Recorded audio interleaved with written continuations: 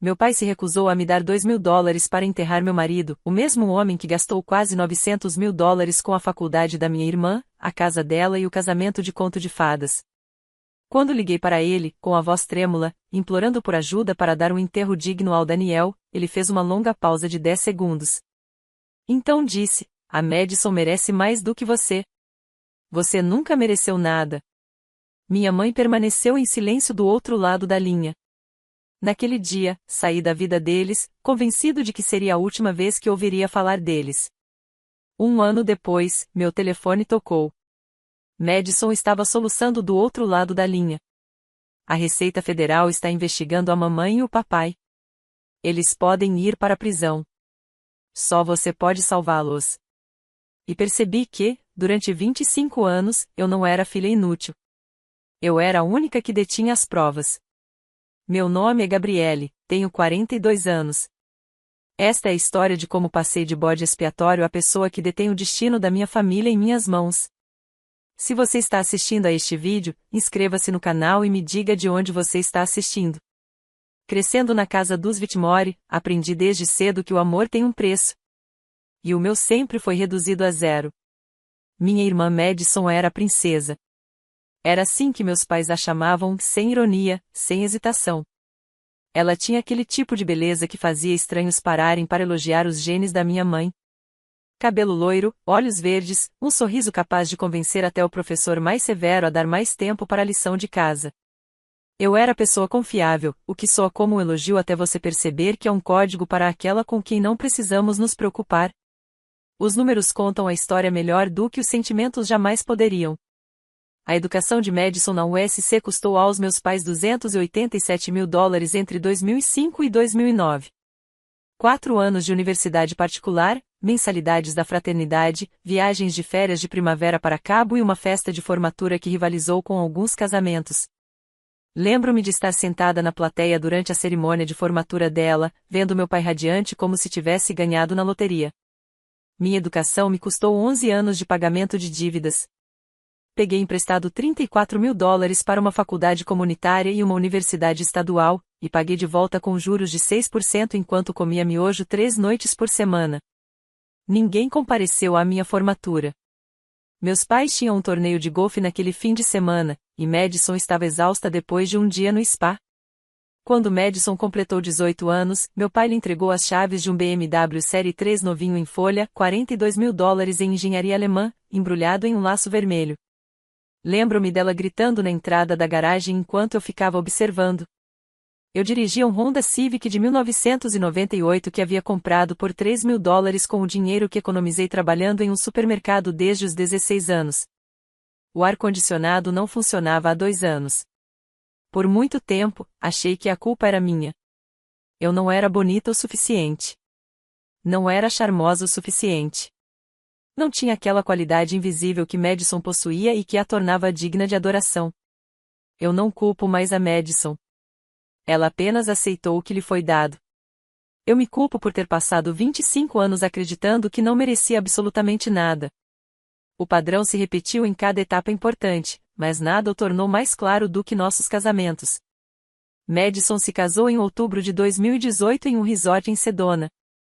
180 convidados, um quarteto de cordas para a cerimônia, uma banda de 12 músicos para a recepção, flores importadas do Equador, um vestido de noiva feito sob medida que custou mais do que meu salário anual na época. $78.000. Meu pai anunciou o valor total no jantar de ensaio como se fosse uma medalha de honra. Nada é caro demais para minha filhinha, disse ele, erguendo sua taça de champanhe enquanto a plateia aplaudia. Casei-me em março de 2012 na prefeitura de Phoenix. Havia 12 convidados, a maioria familiares do Daniel e 2 amigos do trabalho. Meu vestido custou $120, comprado em uma loja de departamentos. A recepção foi um jantar com sanduíches em um café próximo. Custo total, $1.200. Nós pagamos tudo do nosso próprio bolso. Minha mãe não compareceu. Ela tinha um horário marcado no spa com meses de antecedência e não podia ser remarcado. Ela enviou um cartão com um vale-presente de $50 para um restaurante onde nunca tínhamos ido. Meu pai chegou com 40 minutos de atraso, sem presente, vestindo calças caqui e uma camisa polo como se estivesse indo para um almoço informal. Apertou a mão de Daniel com o entusiasmo de quem encontra seu contador. Boa sorte, disse-lhe ao meu marido. Espero que você ganhe dinheiro suficiente para cuidar dela. E saiu antes de cortarmos o bolo. Eu não pedi 78 mil dólares. Eu não pedi sedona, nem quartetos de cordas, nem flores importadas. Eu só queria que minha mãe estivesse lá. Eu queria que meu pai me olhasse do mesmo jeito que olhava para Madison. Mas, aparentemente, até isso era pedir demais. Naquela noite, Daniel segurou minha mão enquanto eu chorava em nosso pequeno apartamento. Eles não te veem, disse-ele baixinho. Mas eu vejo, e você merece ser amada. Ele foi a primeira pessoa que me fez acreditar que isso poderia ser verdade. A exclusão nem sempre era dramática. Às vezes era silenciosa, administrativa, como se eu tivesse sido removido de uma lista de e-mails cuja existência eu desconhecia. Em 2019, descobri que existia um grupo de bate-papo da família chamado Família Whitmore. Madison, meus pais, Brandon, marido da Madison, todos incluídos. 23 meses de planos de aniversário, organização de feriados e piadas internas. Só fiquei sabendo porque a Madison me encaminhou por engano uma mensagem que era para o grupo. Quando perguntei à minha mãe por que eu não tinha sido adicionada, ela pareceu genuinamente confusa. Ah, eu pensei que você tivesse sido, disse ela. Vou te adicionar agora. Ela nunca o fez. Em todos os jantares de Natal, a disposição dos lugares à mesa revelava uma verdade que minha família não ousaria dizer em voz alta. Madison e Brandon sentaram-se à mesa principal com meus pais, a mesa dos adultos, como meu pai a chamava, embora eu fosse 6 anos mais velha que minha irmã. Daniel e eu fomos relegados a uma mesa de cartas dobrável no canto, junto com primos distantes e a tia idosa da minha mãe, que não conseguia se lembrar do nome de ninguém. Daniel chegou a brincar dizendo que estávamos sentados com as pessoas que meus pais eram legalmente obrigados a convidar, mas que esperavam que não viessem. Ele parou de brincar quando viu minha cara. Quando fui promovido a contador sênior em 2020, após 9 anos de semanas de 60 horas e 3 certificações profissionais, ninguém da minha família reconheceu isso. Nem um cartão, nem uma ligação, nem mesmo uma mensagem de texto. 3 meses depois, Madison anunciou que ia abrir seu próprio negócio, uma imobiliária financiada integralmente pelos meus pais. Meu pai deu uma festa, 30 convidados, aperitivos servidos por um buffet, um brinde com champanhe onde ele chamou Madison de a próxima grande empreendedora da família. A empresa dela não tinha funcionários, clientes nem receita. Mas tinha o orgulho do meu pai. Eu era contador e ajudava famílias a lidar com as decisões financeiras mais complexas de suas vidas. Mas para minha família, eu era apenas uma ferramenta útil quando precisavam de alguém para revisar a papelada, invisível no resto do ano. E por falar em papelada, meu pai me pediu para revisar seus documentos fiscais 3 vezes entre 2016 e 2022. Você entende disso, ele disse. Madison não se dá bem com números. Eu deveria ter dito não. Em vez disso, ajudei porque era isso que eu fazia. Era quem eu era.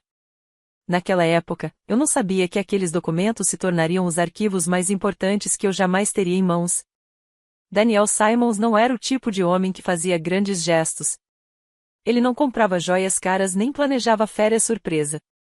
O que ele me deu foi menor, mas infinitamente mais valioso. Ele me fez sentir vista. Nos conhecemos em 2009 em uma cafeteria perto da minha faculdade comunitária. Ele era um aprendiz de eletricista com mãos calejadas e um sorriso gentil. Eu tinha 26 anos, estava atolada em dívidas, trabalhando em 2 empregos enquanto terminava a minha graduação. Ele perguntou se podia compartilhar a mesa comigo, pois todos os outros lugares estavam ocupados.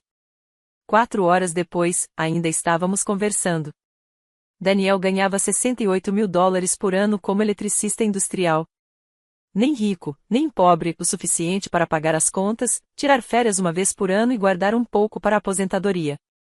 Ele nunca reclamou de dinheiro, nunca se comparou aos outros, nunca me fez sentir que eu deveria querer mais do que tínhamos.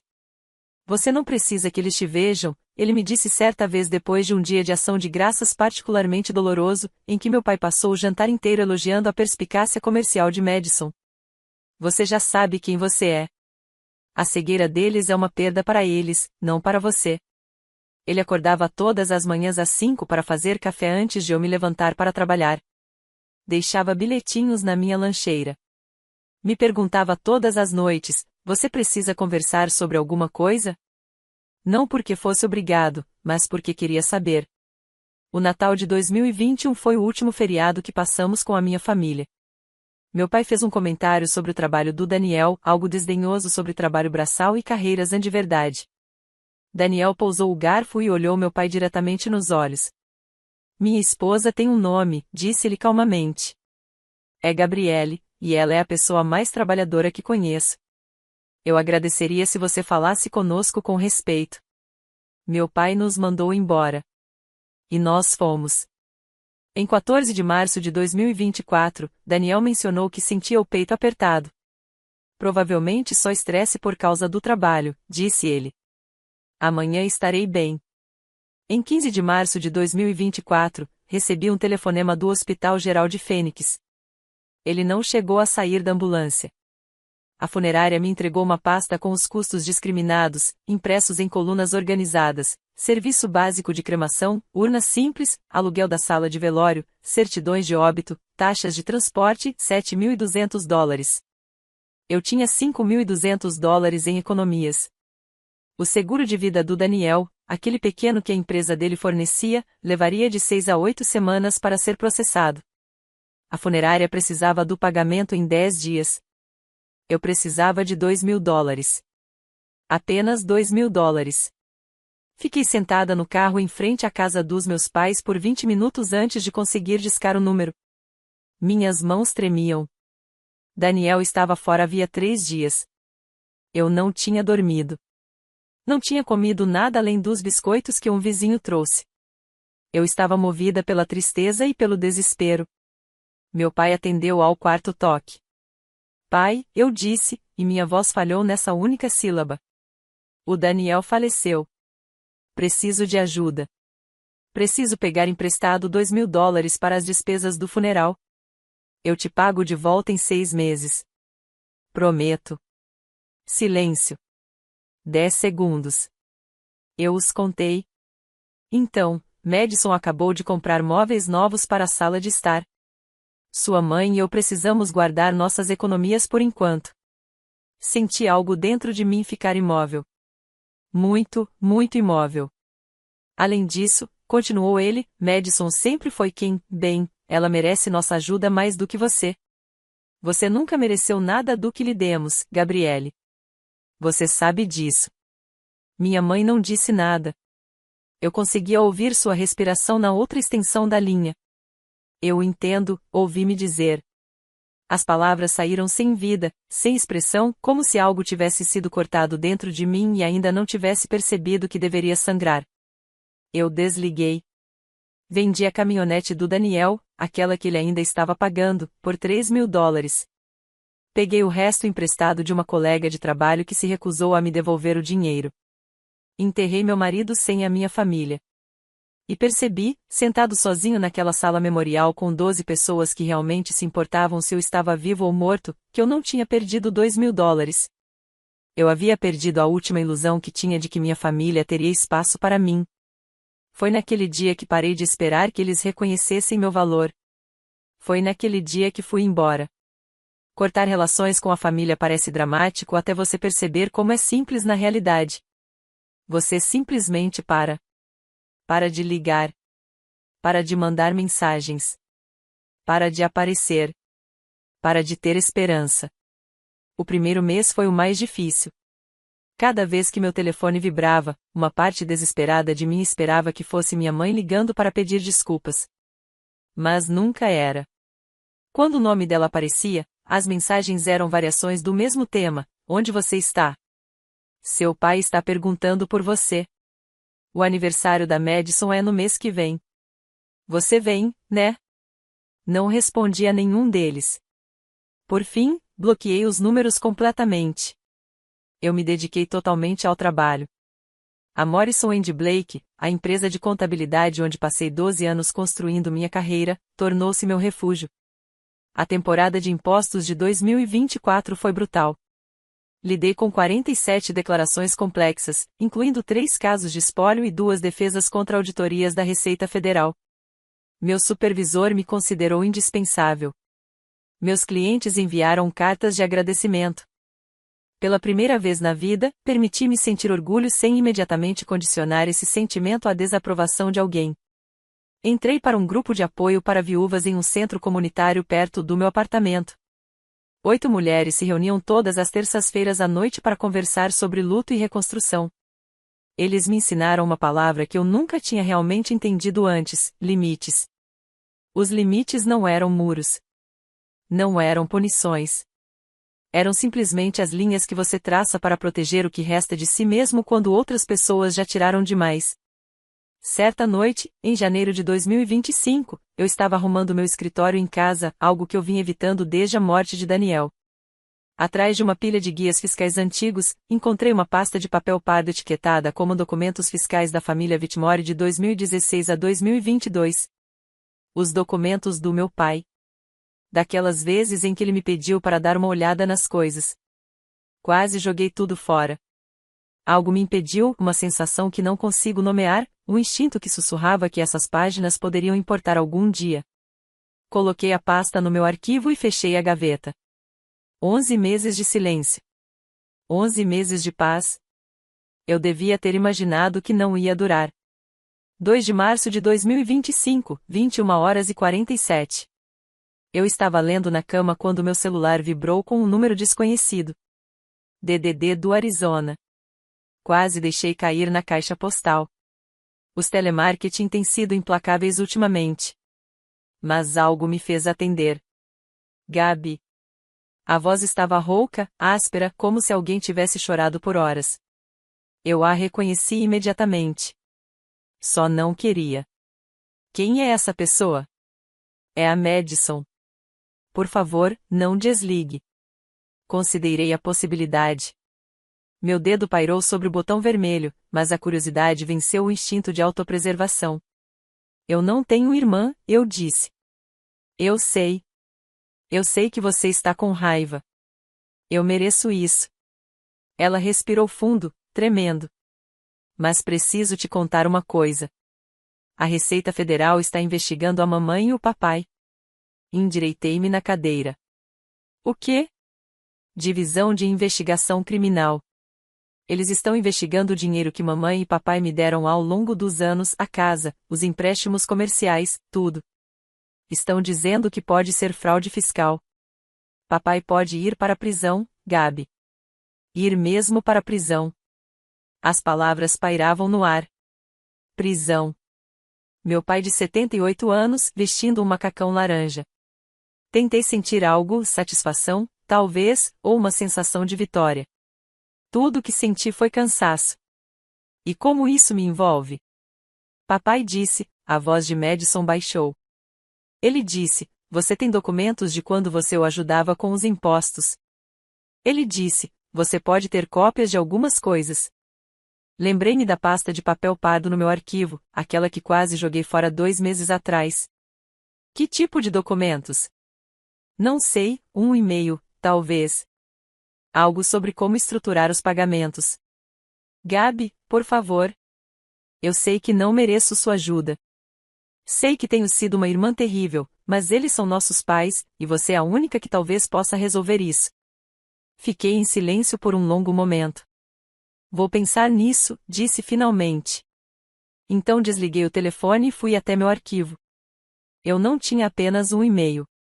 Eu tinha tudo ponto, a pasta era mais grossa do que eu me lembrava. Espalhei o conteúdo sobre a mesa da cozinha às 22h15, ainda de pijama, com as mãos tremendo levemente, não de medo, mas de algo mais próximo de uma revelação. O e-mail estava lá. 4 de dezembro de 2019. Meu pai me colocou em cópia por engano. Ele pretendia enviá-lo apenas para seu contador pessoal. O assunto do e-mail era inócuo. Estrutura empresarial de Madison. O conteúdo era tudo menos profissional, listado como um empréstimo. A Receita Federal não audita esse tipo de coisa se a documentação estiver correta. Basta deixar os documentos com uma aparência profissional e tudo ficará bem. Eu me lembrei de ter recebido a carta. Lembro-me de ter sentido um leve desconforto, mas estava ocupado com a época de declaração do imposto de renda e disse a mim mesmo que não era da minha conta. Meu pai era um empresário bem-sucedido. Ele sabia o que estava fazendo. Agora eu entendi exatamente o que ele tinha estado fazendo. O contrato de empréstimo foi datado de março de 2020, $285 mil de Ronald e Patricia Whitmore para Madison Whitmore Keller. Juros de 0%. Sem cronograma de pagamento, sem cláusulas de inadimplência, sem garantia. Em outras palavras, não se trata de um empréstimo, mas sim de uma doação disfarçada de transação comercial para evitar as exigências de declaração do Imposto Federal sobre Doações. Peguei mais documentos. Registros de transferências bancárias. 6 transações entre 2018 e 2023. Valor total, $892 mil. Nenhuma delas havia sido declarada no formulário 709, a declaração de imposto sobre doações que meu pai era legalmente obrigado a preencher para valores acima de $15 mil por ano. Eu já tinha visto casos suficientes de fraude fiscal para saber o que estava enfrentando. Isso não era descuido. Era sonegação sistemática. Às 23h30, liguei para Marcus Webb, meu antigo colega da Morrison & Blake, agora consultor tributário independente, alguém em quem eu confiava. Marcus, eu disse quando ele respondeu, preciso que você dê uma olhada em algo e me diga exatamente o quanto de problema isso representa. Gabi, já é quase meia-noite. O que está acontecendo? Drama familiar, eu disse. Do tipo que acarreta penalidades federais. Vou fazer uma pausa aqui por um momento porque preciso te perguntar uma coisa. Se você estivesse no meu lugar, com provas que poderiam salvar ou destruir as pessoas que te abandonaram quando você mais precisava delas, o que você faria? Entregaria as provas à Receita Federal e deixaria a Justiça seguir seu curso, ou as usaria para negociar? Comente abaixo. Diga-me, equipe Justiça ou equipe Vantagem? E se você ainda está comigo, clique no botão de inscrição, porque o que aconteceu em seguida mudou tudo. 2 dias depois, Marcus me encontrou em uma cafeteria perto do escritório dele. Ele estava igualzinho a como eu me lembrava, óculos de aro de metal, têmporas grisalhas, a expressão perpetuamente preocupada de alguém que passou a vida encontrando erros na papelada dos outros. Ele espalhou minhas cópias sobre a mesa, organizando-as em ordem cronológica enquanto seu café esfriava. 20 minutos se passaram.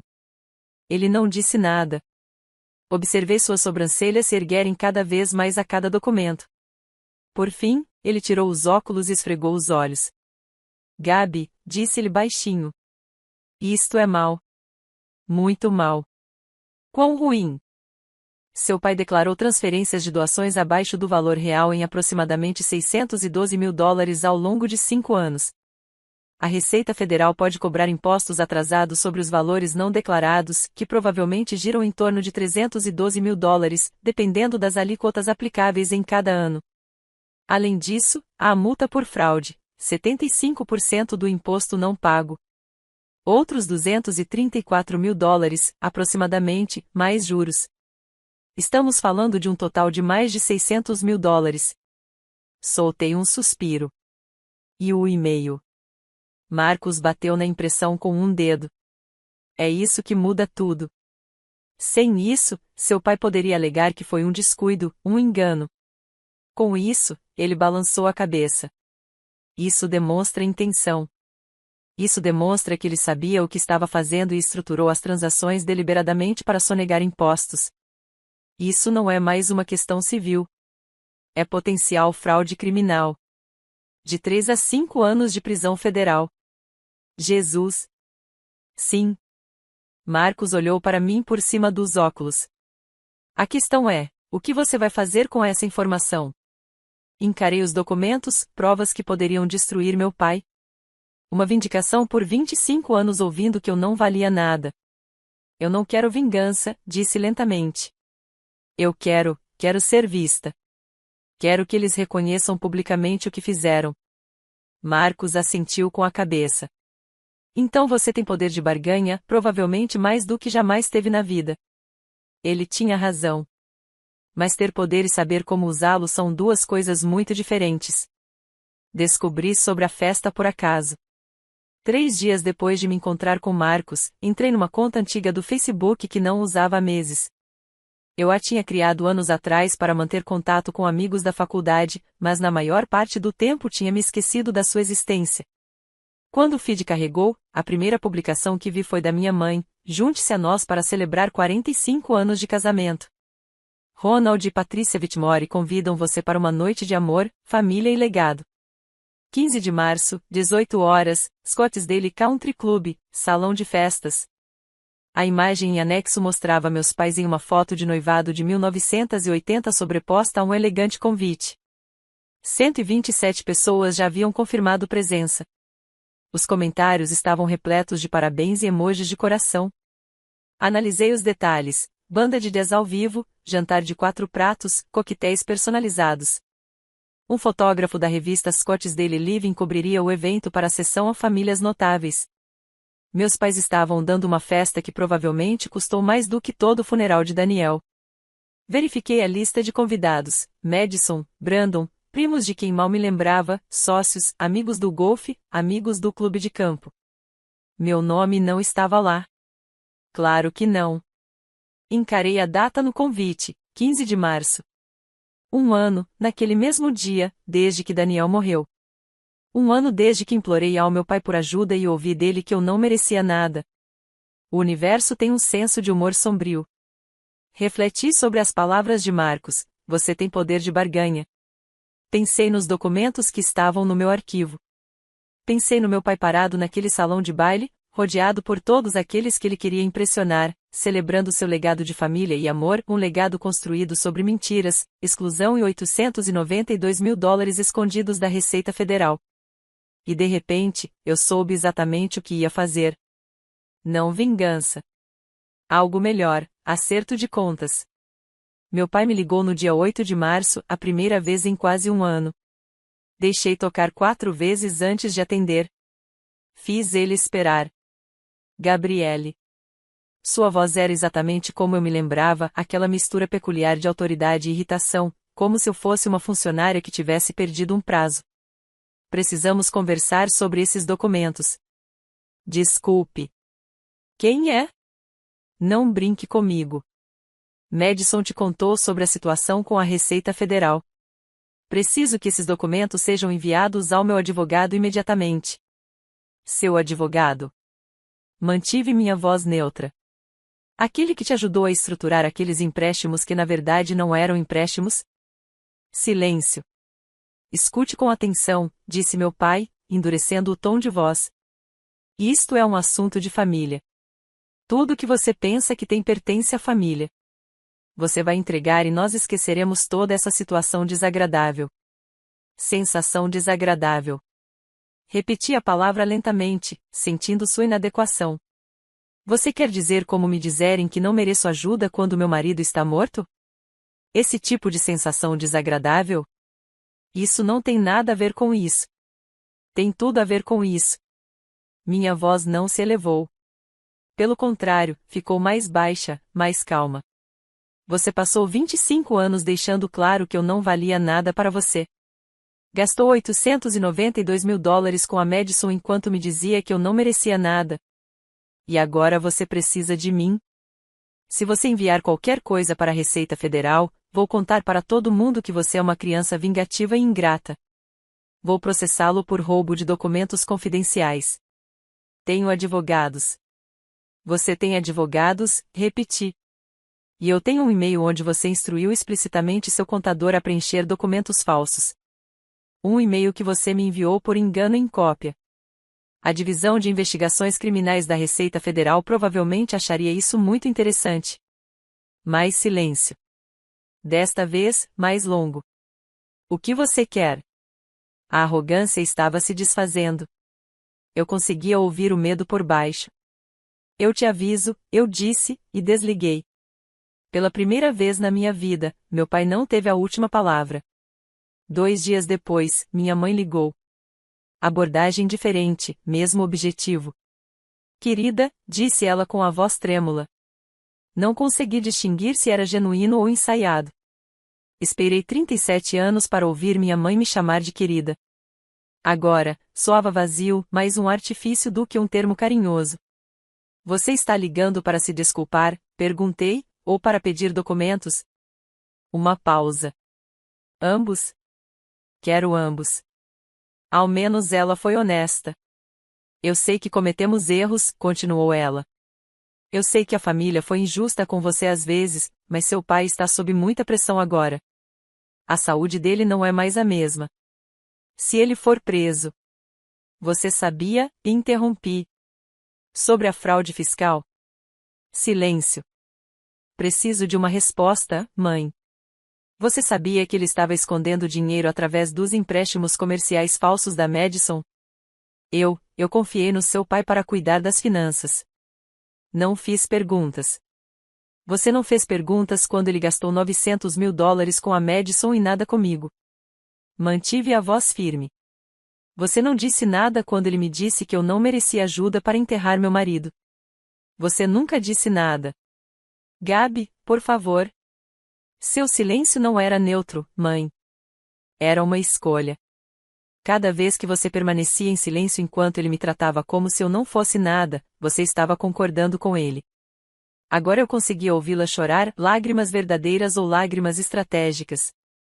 Já não tinha certeza se isso importava mais.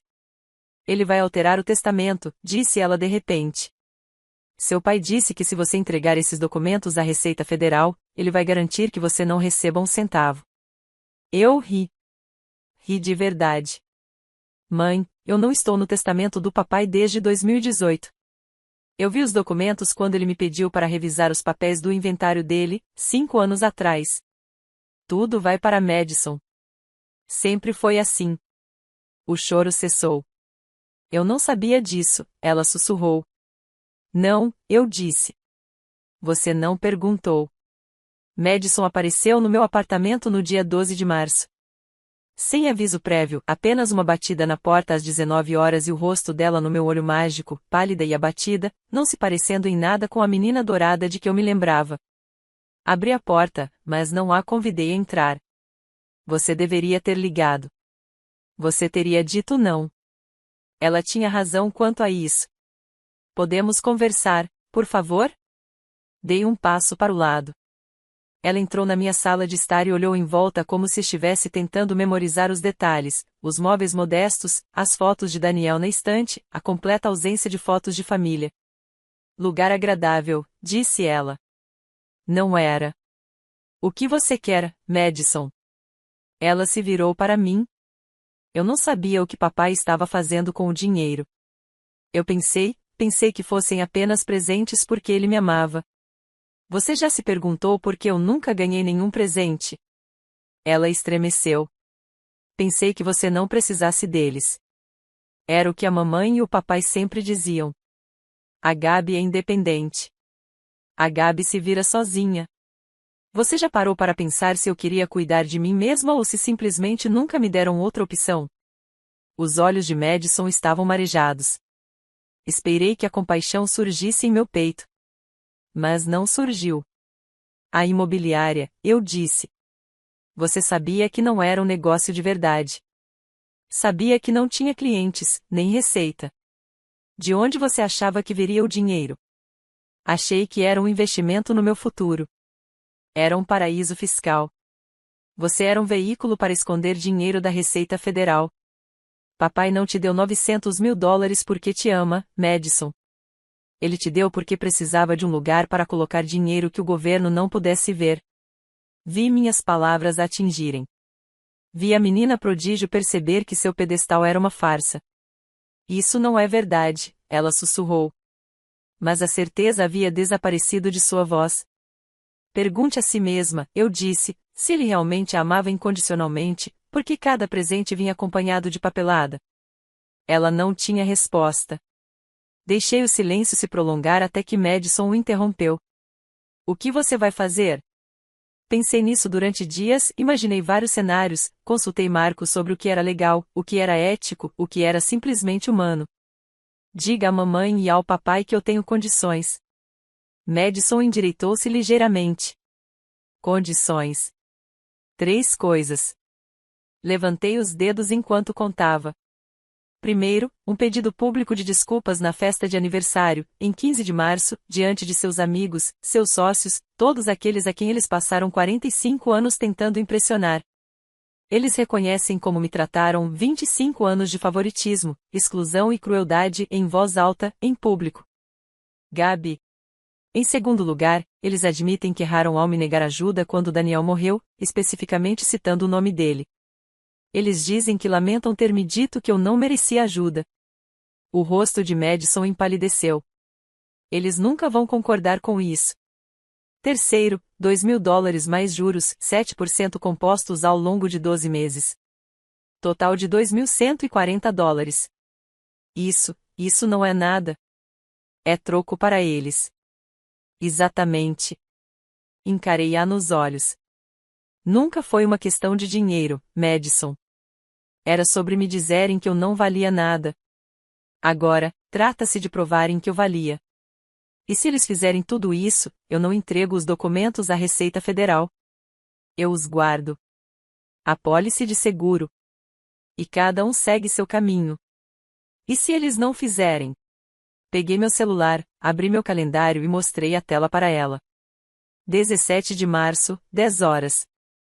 Divisão de Investigações Criminais do IRS, agente Thomas Rivera. Tem um compromisso agendado para 48 horas após a festa. Se eles não cumprirem minhas condições até a meia-noite do dia 15 de março, manterei o compromisso. Você não está blefando. Não. Madison ficou parada ali por um longo momento, olhando para mim como se estivesse vendo alguém novo. Talvez estivesse mesmo. Eles nunca vão se desculpar publicamente, disse ela por fim. Você sabe disso. Eu sei. Caminhei até a porta e a abri. Mas estou dando a eles uma chance. Assim, quando tudo desmoronar, eles não poderão dizer que eu não fiz nada. Ela saiu sem dizer mais nada. A escolha agora era deles. 15 de março de 2025. Exatamente um ano desde que segurei a mão de Daniel em um quarto de hospital e vi os monitores ficarem planos. Os Scottsdale Country Club ficava à beira de um campo de golfe, todo colunas brancas e sebes bem cuidadas, o tipo de lugar que cobrava $250 por uma inscrição de sócio só para ver se você era um candidato em potencial. Meu pai foi membro por 18 anos, seu lugar favorito para se sentir importante. Observei do meu carro a chegada dos convidados. Sedãs pretos e SUVs de luxo formavam fila no serviço de manobrista. Mulheres em vestidos de coquetel e homens internos impecáveis desapareciam pela entrada dourada. Um fotógrafo da revista Scottsdale Living aguardava perto da porta, registrando as chegadas para matérias sobre famílias proeminentes. 127 pessoas compareceram para celebrar os 45 anos do casamento dos Whitmore, um legado de família, amor e mentiras. Através das altas janelas, eu podia ver o grande salão de baile se enchendo. Arranjos florais de $8.000, um conjunto de 10 de 4 integrantes, lustres de cristal banhando tudo com uma luz quente e favorecedora. Meus pais estavam perto da entrada, cumprimentando os convidados como se fossem da realeza recebendo súditos. Meu pai, de terno cinza escuro, que provavelmente custava mais do que meu aluguel mensal. Minha mãe, com um vestido vermelho de lantejoulas e diamantes no pescoço. Madison e Brandon estavam por perto. Mesmo à distância, eu conseguia perceber a tensão nos ombros de Madison. Ela sabia o que estava por vir. Ou melhor, sabia o que poderia estar por vir. Eu havia enviado minhas condições por meio dela. A resposta dos meus pais chegou às 6 horas por mensagem de texto do meu pai: não me arrependo de proteger minha família. Venha à festa ou não, mas não espere que eu me humilhe por causa da sua birra. Típico. Mesmo agora, ele só consegue enxergar isso como um problema meu. Eu não ia à festa. Tinha algo melhor planejado. Madison me ligou 30 minutos antes do horário marcado para o início da festa. Ele disse não. Sua voz era monótona, derrotada. Eu implorei a ele, Gabi. Eu literalmente me ajoelhei e implorei para que ele simplesmente pedisse desculpas, para que fizesse essa única coisa.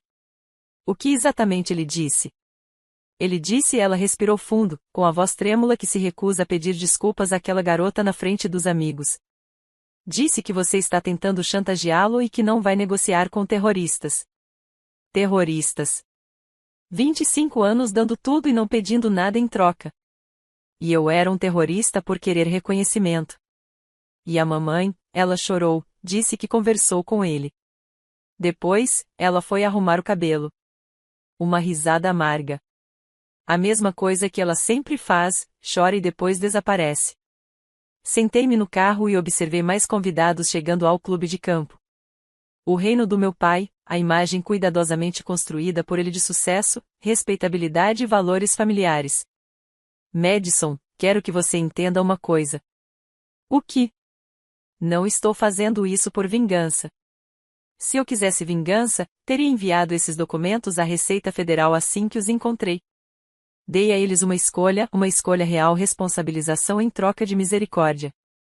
E eles escolheram errado. Escolheram o que sempre escolhem, o orgulho acima da filha. Fiz uma pausa. Mas eu não vou estragar a festa. Não vou causar escândalo. Então, o que você vai fazer? Vou deixar que a verdade faça o trabalho por mim. O que isso significa? Significa que há um jornalista naquela festa que está prestes a ficar muito curioso sobre o legado da família Whitmore. Silêncio na linha. Gabi, por favor. Eles tiveram a chance deles. Agora eu tenho a minha. Desliguei o telefone e peguei um pedaço de papel, uma carta que eu havia escrito naquela manhã. Uma pergunta dirigida a um jornalista sobre uma família que não era tão perfeita quanto aparentava ser. Entrei no clube de campo às 18h42, mas não pela entrada do salão de baile. Fui até o bar no saguão, perto o suficiente para ouvir a música jazz que vinha da festa, mas longe o suficiente para permanecer invisível. A carta havia sido entregue 1 hora antes por um serviço de entrega expressa. Sem remetente, apenas um envelope manuscrito endereçado a Janet Morrison, redatora sênior da revista Scott's Daily Living. Dentro havia uma única folha de papel com uma pergunta simples. O Sr. Ronald Whitmore celebrou publicamente a doação de quase $900 mil para sua filha mais nova, Madison, ao longo da última década.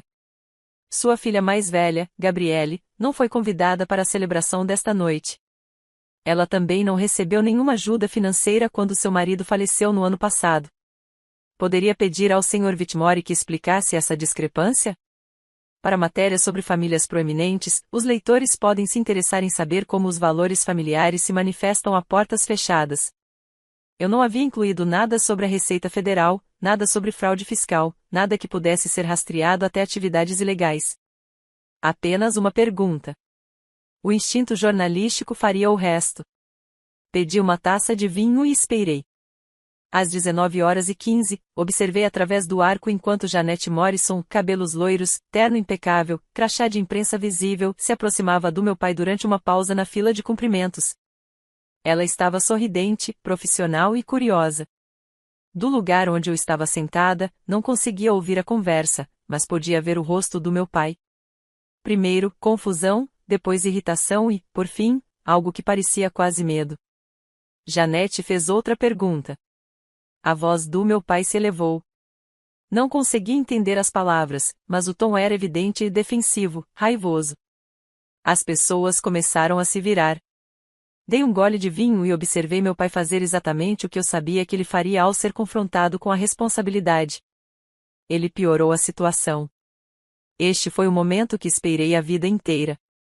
Mas antes de contar o que aconteceu em seguida, preciso perguntar: o que você acha que meu pai fez quando um jornalista o questionou na frente de seus amigos?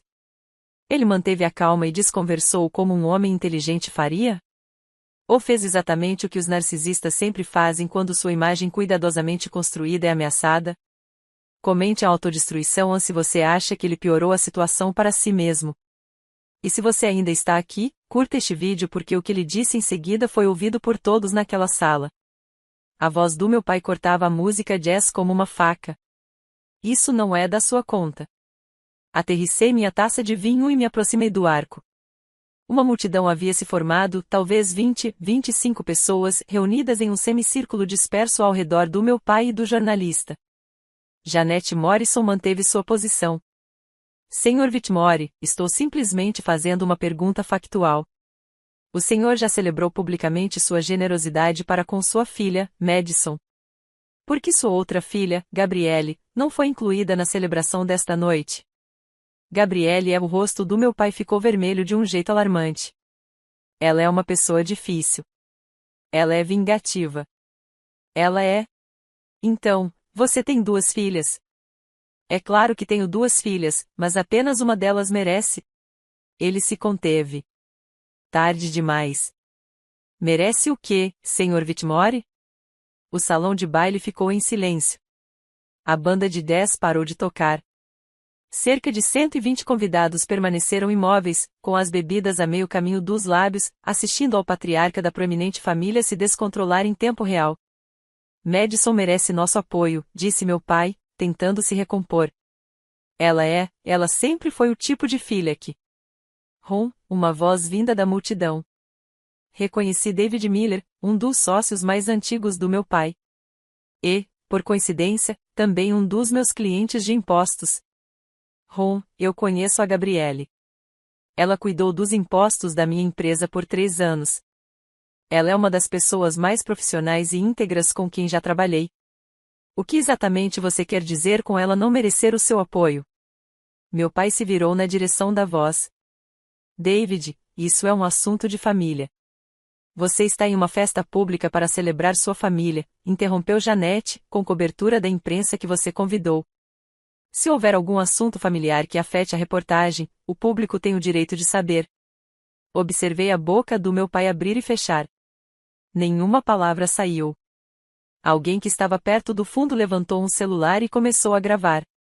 O legado de Ronald Whitmore, pilar da comunidade de Scottsdale, estava se desfazendo em tempo real, e ele não tinha a quem culpar senão a si mesmo. Em uma festa como aquela, os rumores se espalham mais rápido que champanhe. Em 30 minutos, todo o salão de baile fervilhava com sussurros de fragmentos da verdade. Aparentemente, ele deu quase $1 milhão a uma de suas filhas. O outro nem sequer foi convidado esta noite. Algo sobre se recusar a ajudar em um funeral. Você ouviu o que ele disse? Só um merece. Fiquei no bar do lobby, saboreando minha segunda taça de vinho, observando o êxodo pelas janelas. Os hóspedes começaram a sair mais cedo, checando seus relógios com repentina urgência, inventando obrigações que não existiam 1 hora atrás. Minha mãe tentou minimizar os danos. Eu conseguia vê-la através do arco, movendo-se de grupo em grupo com um sorriso brilhante e desesperado. Houve um mal-entendido, ouvi-a dizer a alguém. Desentendimentos familiares. Sabe como é? Mas ninguém acreditou. A pergunta tinha sido feita. A resposta tinha sido dada. Não havia como voltar atrás. Madison ficou paralisada num canto com Brandon, ambos pálidos como fantasmas.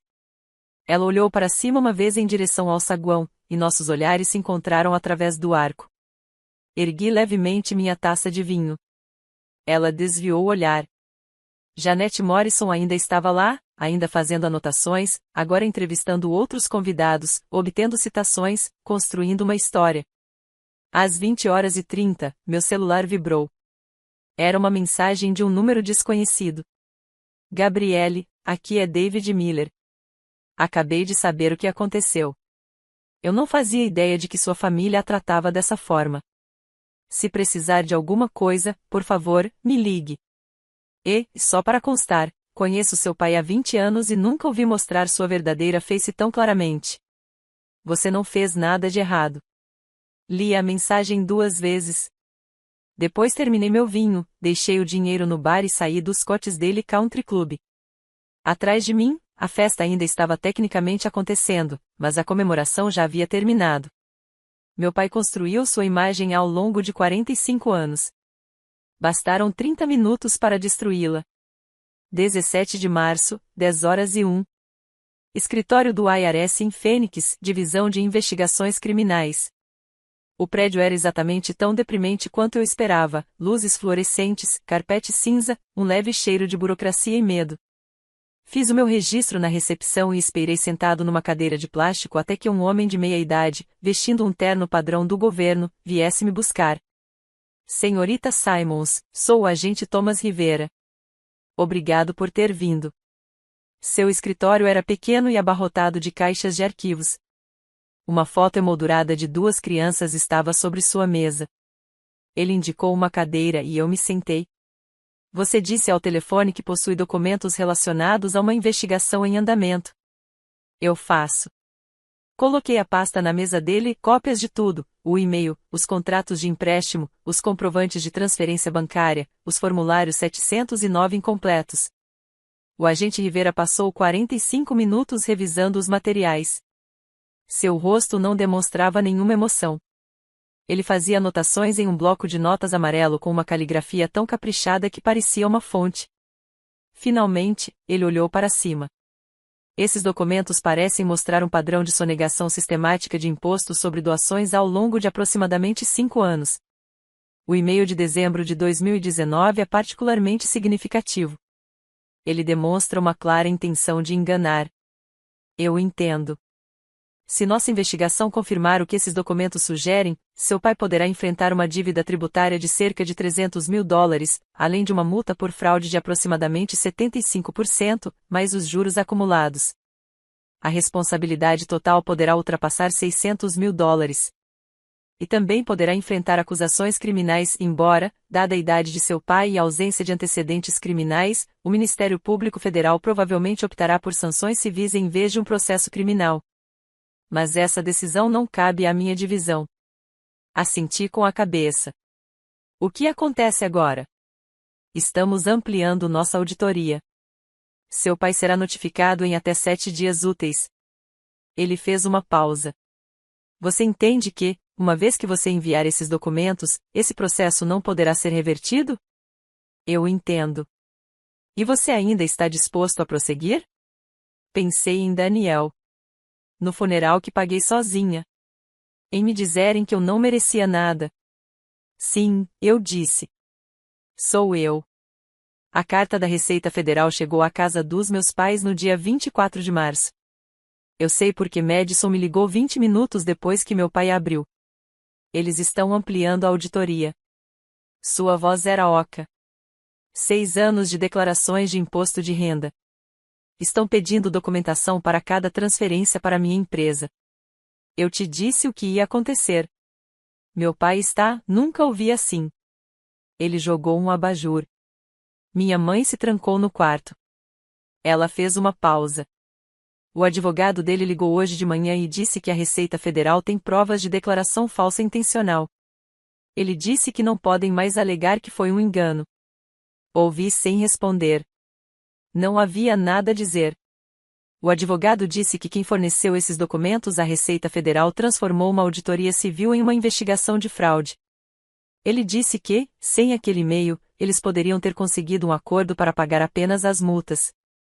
Agora a voz de Madison falhou. Agora ele está enfrentando uma confissão de fraude civil, antecedentes criminais permanentes e registro público. Isso parece ser uma consequência de suas ações. Você fez isso? Não. Mantive a voz calma. Ele fez isso em 2019, quando enviou aquele e-mail. Em 2020, quando apresentou documentos falsos. Todos os anos ele optou por esconder dinheiro em vez de pagar o que devia. Eu simplesmente parei de acobertá-lo. Silêncio na linha. Você está feliz agora? Perguntou Madison finalmente. Era isso que você queria? Refleti seriamente sobre a questão. Eu era feliz? Não. Satisfação não era o mesmo que felicidade. Justiça não era o mesmo que alegria. Eu queria ser vista, eu disse. Eu queria que ele reconhecesse, ao menos uma vez, que eu merecia a mesma consideração que você. Ele escolheu o orgulho. E foi aonde essa escolha levou. Vou me encontrar com meu próprio advogado amanhã, disse Madison em voz baixa. Para separar minhas finanças das dos meus pais. Isso provavelmente é uma atitude inteligente. A filha predileta, disse ela com amargura, protegendo-se do próprio pedestal. Bem-vindo à realidade, eu disse. É desconfortável aqui, mas pelo menos é honesto. O artigo foi publicado em 1º de abril, uma data cruel, embora eu duvide que Janet Morrison tenha planejado isso. O legado Whitmore, a história de 2 filhas. Não foi notícia de primeira página. A revista Scott's Daily Living não publicava escândalos na primeira página. Em vez disso, a notícia foi publicada como uma matéria especial na seção de opiniões da comunidade, 3 páginas, incluindo fotos da festa de aniversário que agora pareciam mais uma prova do que uma celebração. Janette Morrison tinha feito a sua pesquisa. O artigo não mencionava a investigação do IRS, ela não tinha acesso a essa informação, mas documentava todo o resto com precisão cirúrgica. Os 900 mil dólares gastos com Madison ao longo de uma década. Os $0 gastos comigo. O acesso de raiva do meu pai na festa, citado textualmente por 3 testemunhas diferentes. A declaração de David Miller de que eu era uma das pessoas mais profissionais com quem ele já havia trabalhado. Um convidado não identificado descrevendo meu pai como visivelmente hostil quando questionado sobre sua filha mais velha. A parte mais prejudicial foi o final. Ao ser questionado, Ronald Whitmore recusou-se a dar entrevista. Sua esposa, Patrícia, forneceu uma breve declaração por escrito: nossos assuntos familiares são privados.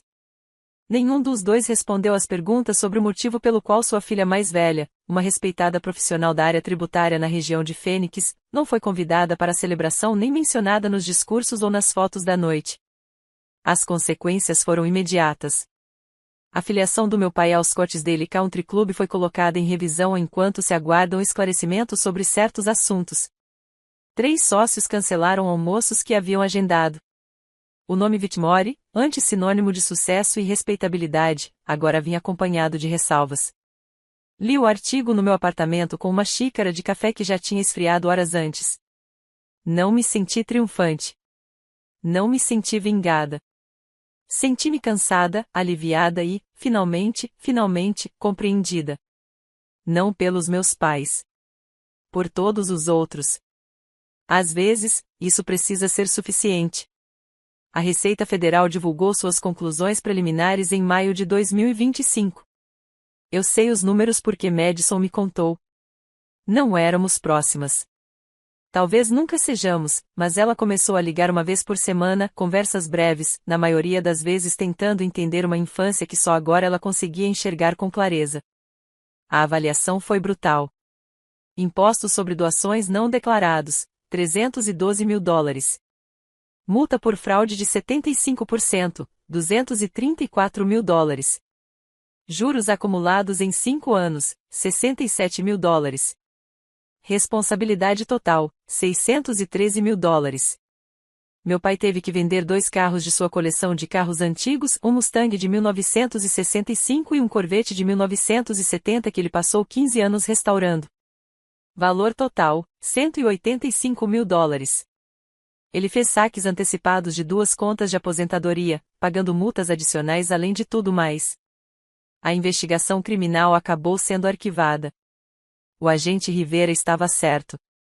O Ministério Público Federal levou em consideração a idade do meu pai, a ausência de antecedentes criminais e decidiu que as sanções civis seriam suficientes.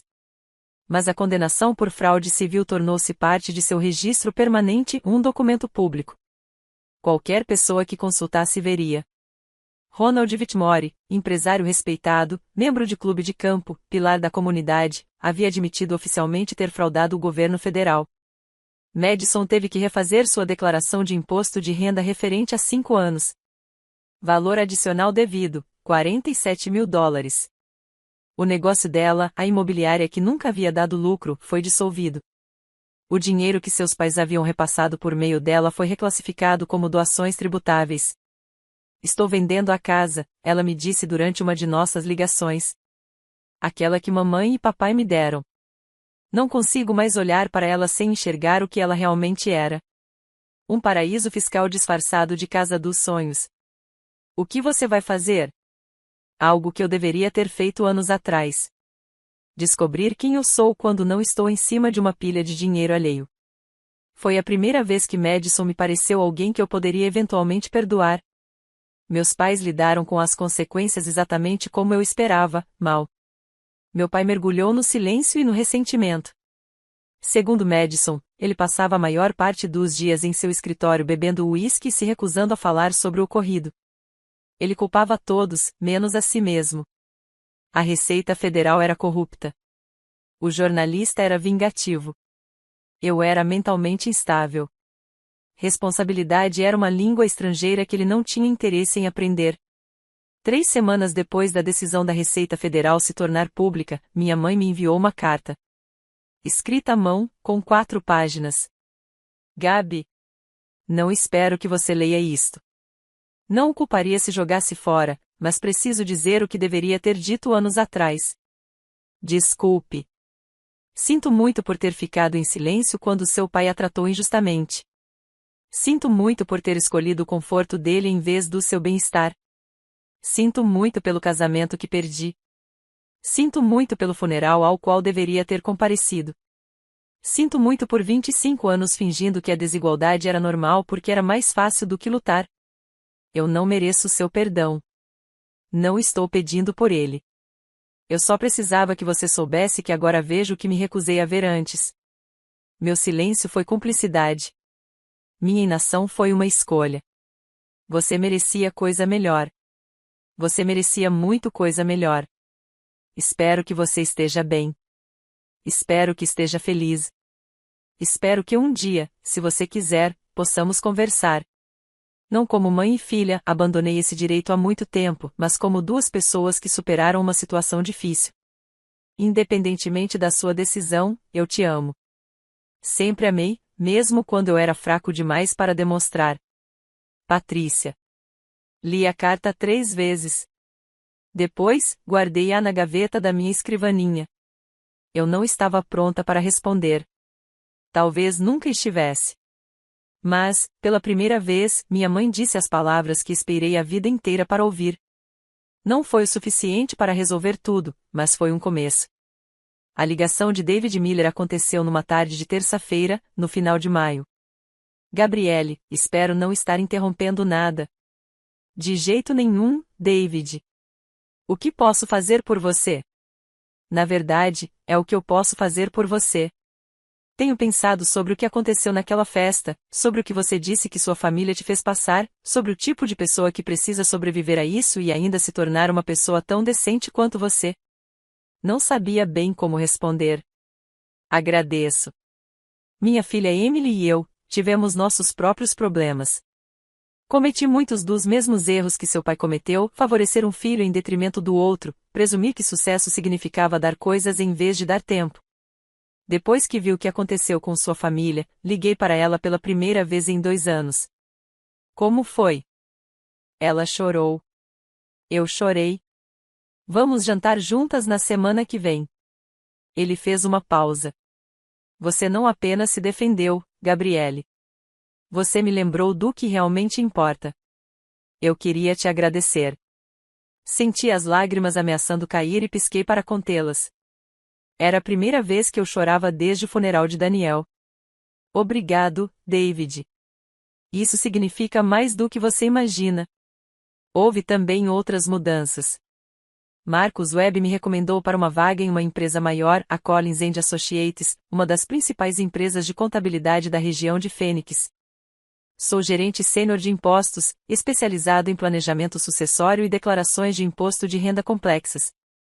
Meu salário é de $112 mil, um aumento de 35% em relação ao que eu ganhava antes. Aceitei. Em junho, o grupo de apoio ao luto que eu frequentava me pediu para compartilhar minha história com os novos membros.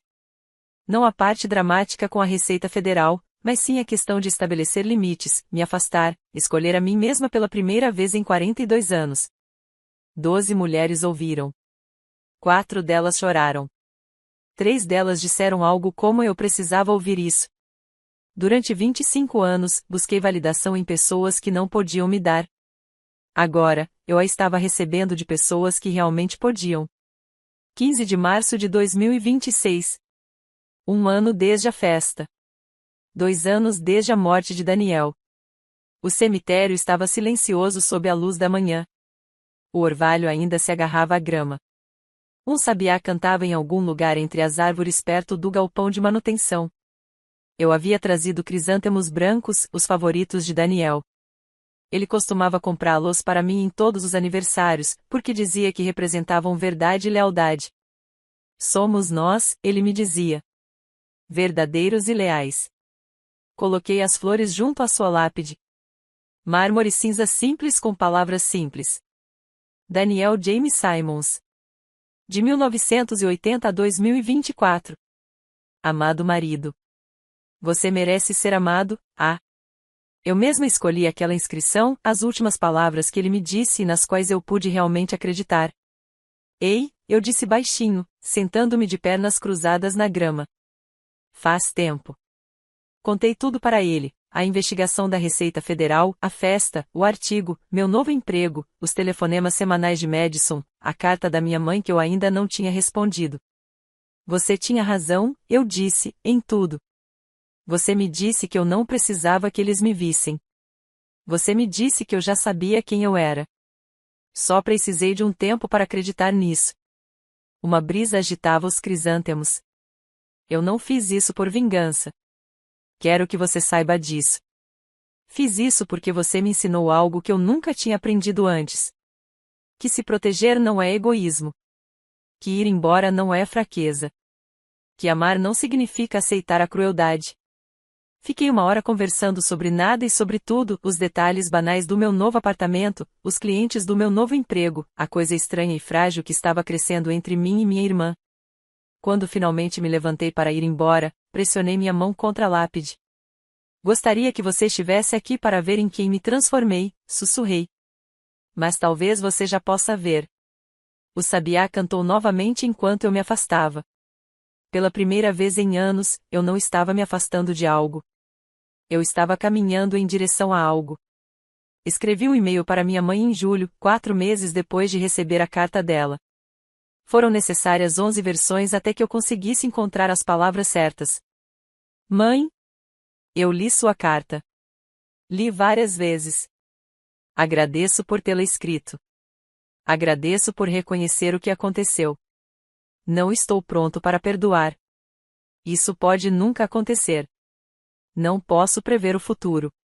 O perdão não é algo que eu possa forçar ou agendar. Tem que acontecer naturalmente, se é que vai acontecer. Mas estou disposto a tentar algo menor. Comunicação. Se você quiser entrar em contato, eu responderei. Mas não por telefone, ainda não estou preparado para isso. Somente por e-mail. E existem condições. Nada de falar do papai. Não tenho nada a dizer a ele e não quero receber informações de segunda mão. Sem chantagem emocional. Sem obrigações familiares. Sem manipulação. Não me peçam para resolver problemas, mediar ou fazer as pazes. Esse não é o meu papel. Se você puder respeitar esses limites, podemos tentar construir algo aos poucos, com cuidado. Não prometo nada além de que lerei o que você escrever. Se essas condições não forem adequadas para você, eu entendo, mas é o que posso oferecer no momento. Gabriele. Minha mãe respondeu 3 dias depois. Breve e sincera. Aceito suas condições. Obrigada por me dar uma chance que provavelmente não mereço. Escreverei novamente na próxima semana. Amor. Mãe? Depois disso, trocávamos e-mails 2 vezes por mês. Coisas pequenas no início, o que ela estava lendo, como estava crescendo seu jardim. Nada pesado, nada que reabrisse feridas antigas. Eu nunca respondi ao meu pai. Ele nunca entrou em contato. Algumas relações não foram feitas para serem reparadas, apenas para serem terminadas. Madison e eu trocávamos mensagens de vez em quando. Em agosto, ela me mandou uma foto do consultório da terapeuta dela, uma folha de exercícios intitulada Estabelecendo Limites. Aprendendo o básico, escreveu ela. Antes tarde do que nunca. Antes tarde do que nunca, concordei. Ainda não éramos irmãs. Talvez estivéssemos nos tornando algo melhor, 2 pessoas que escolhiam se entender apesar de tudo. Setembro de 2026. 18 meses desde a festa. Uma eternidade desde que eu estava na entrada da casa dos meus pais implorando por $2.000. Meu novo apartamento tinha uma varanda pequena, mal cabiam 2 cadeiras e um vaso de planta. Mas era minha. Eu me sentava lá fora quase todas as noites, observando o pôr do sol pintar o horizonte de fênix em tons de laranja e rosa. A Collins & Associates era tudo o que minha antiga empresa não tinha sido, colegas que respeitavam minha experiência, sócios que se lembravam do meu nome, clientes que enviavam cartas de agradecimento e indicações. Pela primeira vez na minha carreira, senti-me como um profissional e não como um empregado. Eu havia começado a escrever um blog, anonimamente, sobre limites familiares e sobrevivência emocional. A primeira postagem, Quando amar sua família significa deixá-la, teve 2.300 visualizações na primeira semana. Comentários de estranhos que reconheceram suas próprias histórias na minha começaram a surgir. Pensei que fosse o único. Você me fez sentir menos louca. Vou começar a fazer terapia na semana que vem por causa disso. Após 38 anos me sentindo invisível, agora estranhos na internet me viam com mais clareza do que meus pais jamais conseguiram. Eu não estava namorando. Não estava pronta. Daniel merecia ser velado como deveria, e eu merecia me curar no meu próprio ritmo. O luto não era uma tarefa a cumprir ou uma etapa a ser superada. Era um cômodo onde eu viveria por um tempo, e tudo bem. Em algumas noites, eu me perguntava o que meu pai estaria fazendo, se ele pensava em mim, se ele se arrependia de alguma coisa. Então eu me lembrava de que aquilo não importava mais. O arrependimento dele, ou a falta dele, era problema dele. Agora eu tinha minha própria vida para construir, meu próprio futuro para criar, meu próprio valor para definir. Em histórias como essa, ninguém sai ganhando. De verdade. O estrago é grande, os anos perdidos são muitos. Mas não perdi mais nenhuma, e isso foi o suficiente. Obrigado por terem ficado comigo até o final. Se a minha história te ajudou a enxergar algo sobre a tua própria família ou te deu permissão para estabelecer um limite que tens receio de estabelecer, então partilhá-la valeu a pena. Estabelecer limites não é egoísmo, é questão de sobrevivência. E às vezes as pessoas que dizem nos amar mais são aquelas de quem mais precisamos nos proteger. Curta, inscreva-se e ative o sininho de notificações para não perder as próximas novidades. E se você quiser ouvir mais histórias como essa, confira a descrição para encontrar links para outros vídeos.